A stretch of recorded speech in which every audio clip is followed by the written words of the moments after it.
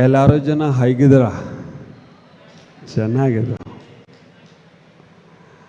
ಕನ್ನಡ ನಮ್ದು, ಕರ್ನಾಟಕ ನಮ್ಮದು, ಕರ್ನಾಟಕ ಮೇರಾ ಥಾ. ಕರ್ನಾಟಕ ನಮ್ಮದು ಇತ್ತು, ಕರ್ನಾಟಕ ನಮ್ಮದು ಮುಕುಡ ನಮ್ಮದೇ ಇರುತ್ತದೆ. कर्नाटक मेरा था, मेरा है और मेरा ही रहे. नाने कर्नाटक इष्ट मूरे बारे कर्नाटक बन्नी, तीसरी बार कर्नाटक आया. जितेंद्र जी जब जब मैं आया हूं तब तक आप ही अध्यक्ष रहे, आप ही के अध्यक्ष काल में आया. मुझे लगता है कि कभी कर्नाटक में मेरा समोसन आएगा तो मेरे गढ़धर यही बनेंगे, क्योंकि यही हमेशा लेकर आ रहा है.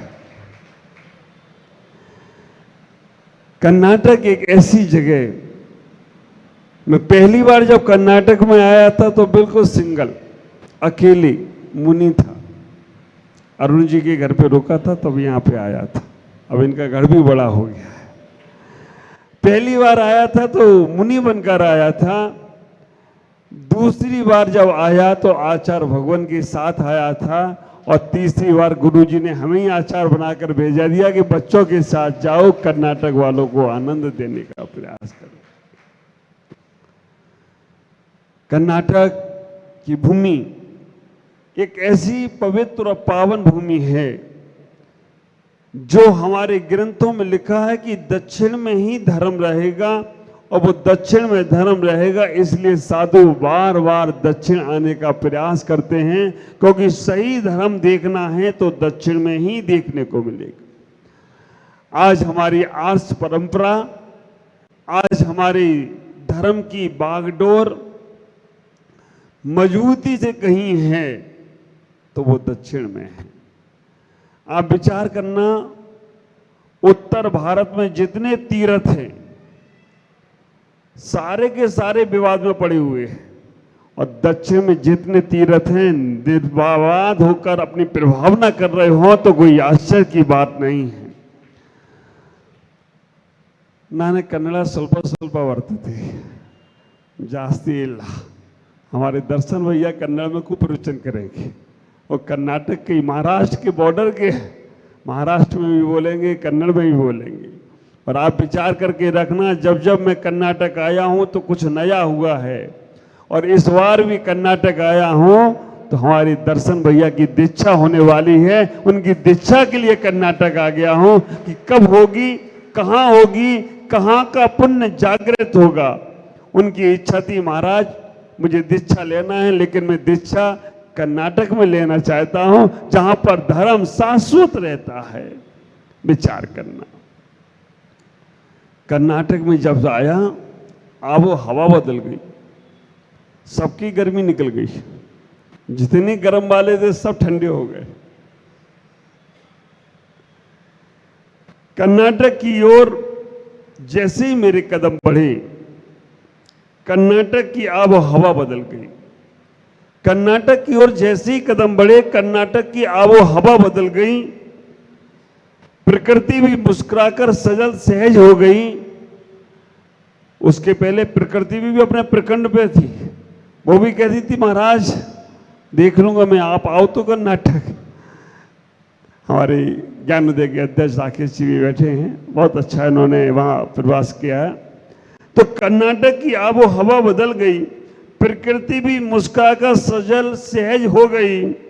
कर्नाटक वालों का पुण्य बड़ा अजब और गजब है. कर्नाटक वालों का पुण्य बड़ा अजब और गजब है. तुमकुर और मैसूर से इनकी किस्मत बदल गई. तुमकुर और मैसूर से इनकी किस्मत. प्रयास करना, आप विचार करके रखना, गोमटेश्वर में बाहुली का दर्शन अपार है. गोमटेश्वर में बाहुली का दर्शन अपार है. तुमकुर में चंदा प्रभु के अभिषेक का अब खुलेगा द्वार है. तुमकुर में चंदा प्रभु भगवान के अभिषेक का अब खुलेगा द्वार है. मैसूर में पद्म प्रभु भगवान के जनालय का होगा भी यह उद्धार है.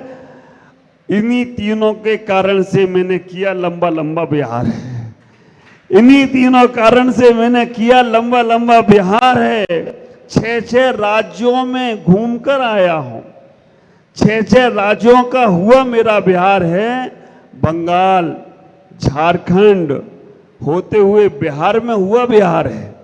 बंगाल, झारखंड होते हुए बिहार में हुआ मेरा बिहार है। आंध्रा, उड़ीसा, आंध्रा ने खोले कर्नाटक के द्वार हैं। 35 किलोमीटर की भूमि ने किया इन पैरों ने सिंगार है। कर्नाटक का अब होगा उद्धार है। कर्नाटक का होगा उद्धार है। आप विचार करके रखना, इस बिहार में बहुत लोगों ने साथ दिया। साधु संतों का अपने शहर में जो लाभ लेना बहुत आसान है।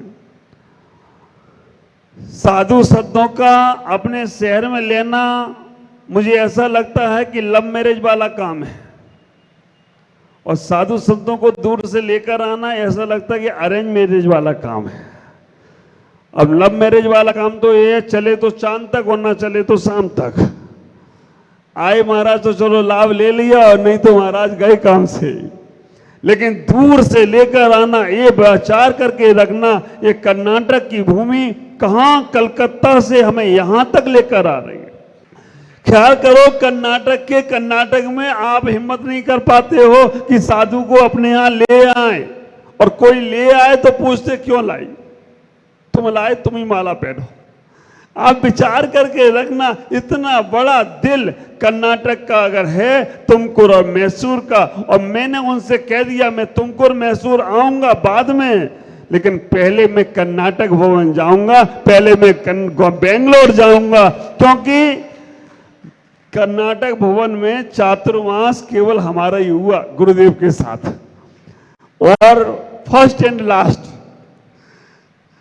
पहला चातुर्मास कर्नाटक भवन में। पहली बार आए तो चक्कोसी, दूसरी बार आए तो कर्नाटक भवन में चातुर्मास हुआ था, और वो आप सबको मालूम है। ख्याल करना, इस बिहार में जो लोगों ने लगभग 3500 किलोमीटर, 3500 किलोमीटर मेरा तुमकुर तक का बिहार होगा। कलकत्ता की समाज ने बहुत बड़ा साहस दिया और हिम्मत दी। उन्होंने कलकत्ता पुष्प प्रमुख बरसायु समिति के हमारे संजय जी इस्पात, संजय जी काला अध्यक्ष, सुरेश कांकी कार्याध्यक्ष, सुरेंद्र जी रक्षा मंत्री, नवनीत भज्ज और अनंत भाई, संजय भाई, और भी कमल जी, और भी वहां की पूरी टीम आते रहे, बिहार कराते रहे।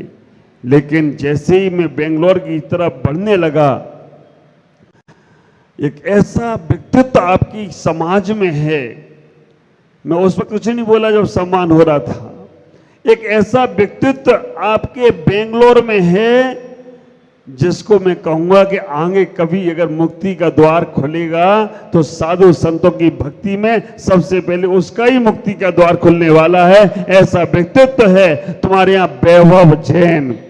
वैभव भाई है यहां पर, अभी गया वैभव भाई। आप विचार करना, मैं 2007 से देख रहा हूं, पहले उसके पिता थे, कमंडल लेकर साथ में चलते थे, और बिहार में चलते चलते ही उनके प्राण पखेरु उड़ गए।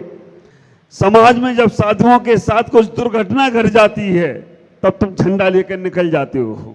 ऐसा नहीं होना चाहिए, ऐसा नहीं होना चाहिए।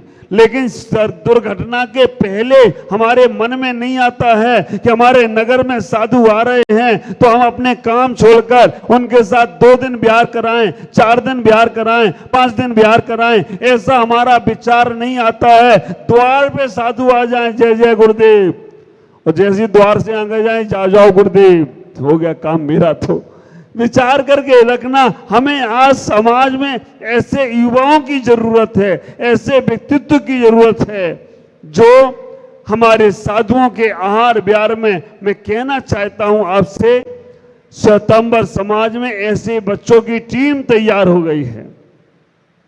श्वेतांबर समाज में एक गांव से दूसरे गांव तक वो बच्चे बिहार संघ के नाम से बिहार कराते हैं।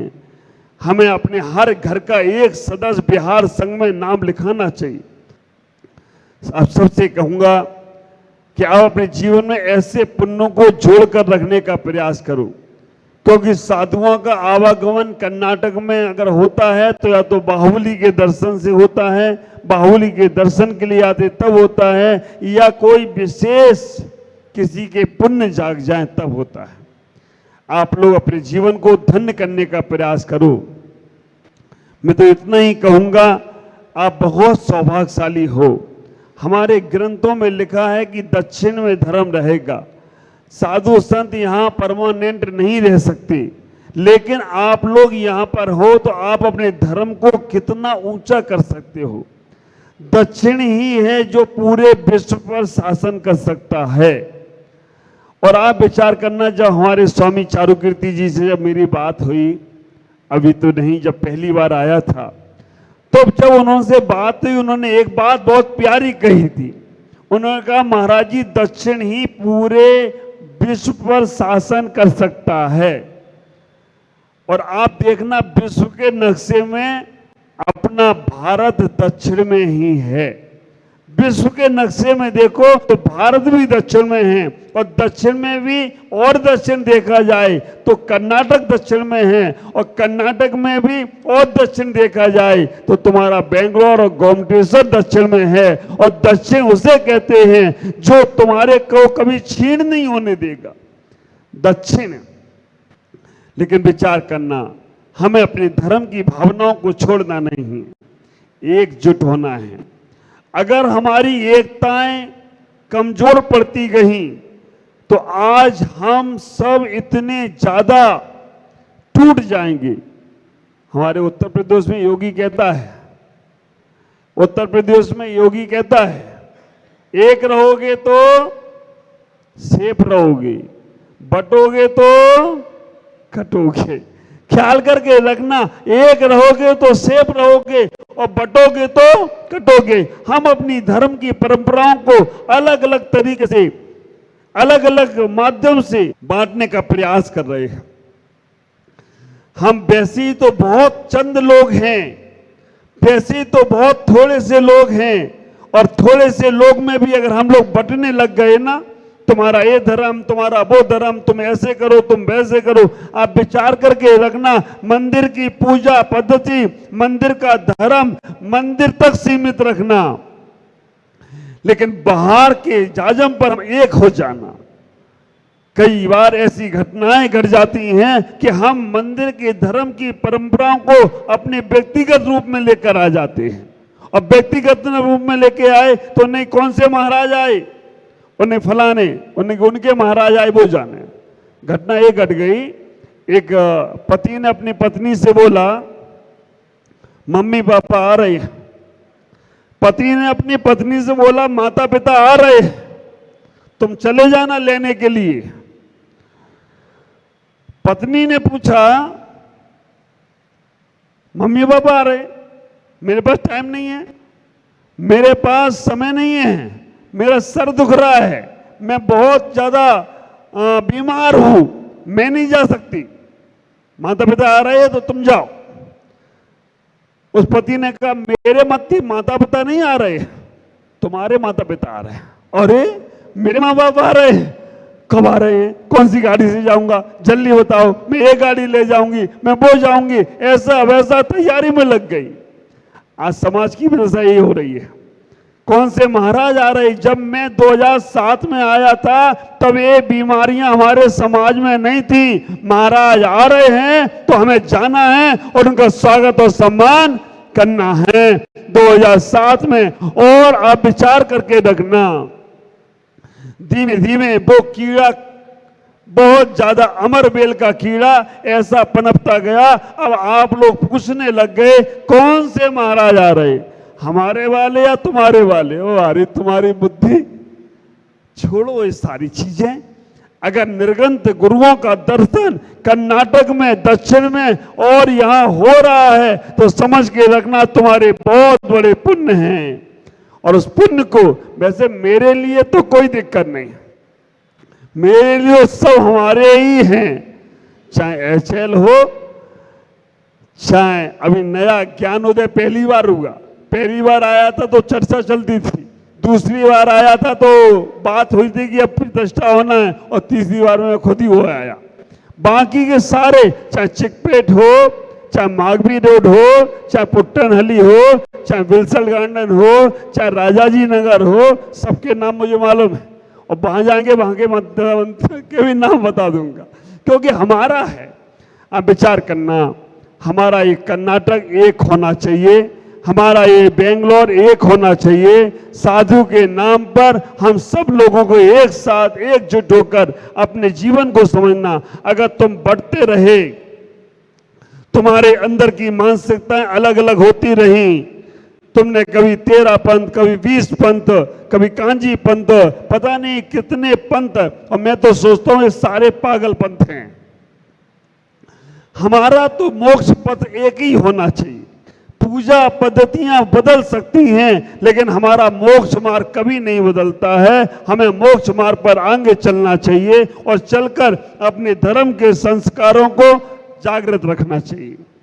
कई लोगों ने स्वाध्याय के नाम पर तुम्हें बांट दिया, कई लोगों ने पूजा पद्धति के नाम पे बांट दिया, कई लोगों ने संतों के नाम पे बांट दिया, कई लोगों ने खाने पीने के नाम पे बांट दिया। मुझे तो आश्चर्य होती है कि अगर महाराज आहार में टमाटर ले लें तो गए महाराज काम से, ये तो महाराज टमाटर खाते हैं। अब विचार करके रखना, अब तुम्हारे यहाँ दक्षिण में लौकी को अभक्ष मानते और कटेल को भक्ष मानते। अब हम उत्तर वाले उधर के आकर अगर कटेल खा लेना तो उत्तर वाले हमें उधर घुसने नहीं थे, महाराज कटेल खा रहे गए काम से। और अगर उधर आकर लौकी खा ले तो उधर वाले कहेंगे महाराज अभक्ष खाते, इनको जाने दे। पूजा में, भोजन में और भजन में हमें इतना ही विचार करना, द्रव्य क्षेत्र काल के हिसाब से बदलता चला जाता है। ख्याल करो, अंगूर जो गुच्छे में लगे रहते हैं उनकी कीमत बहुत होती है, और अगर अंगूर वो गुच्छे से टूट जाए ना तो आया गया आदमी भी ऐसे ही मुंह में डालता रहता है, खाता रहता है, उसकी कीमत नहीं।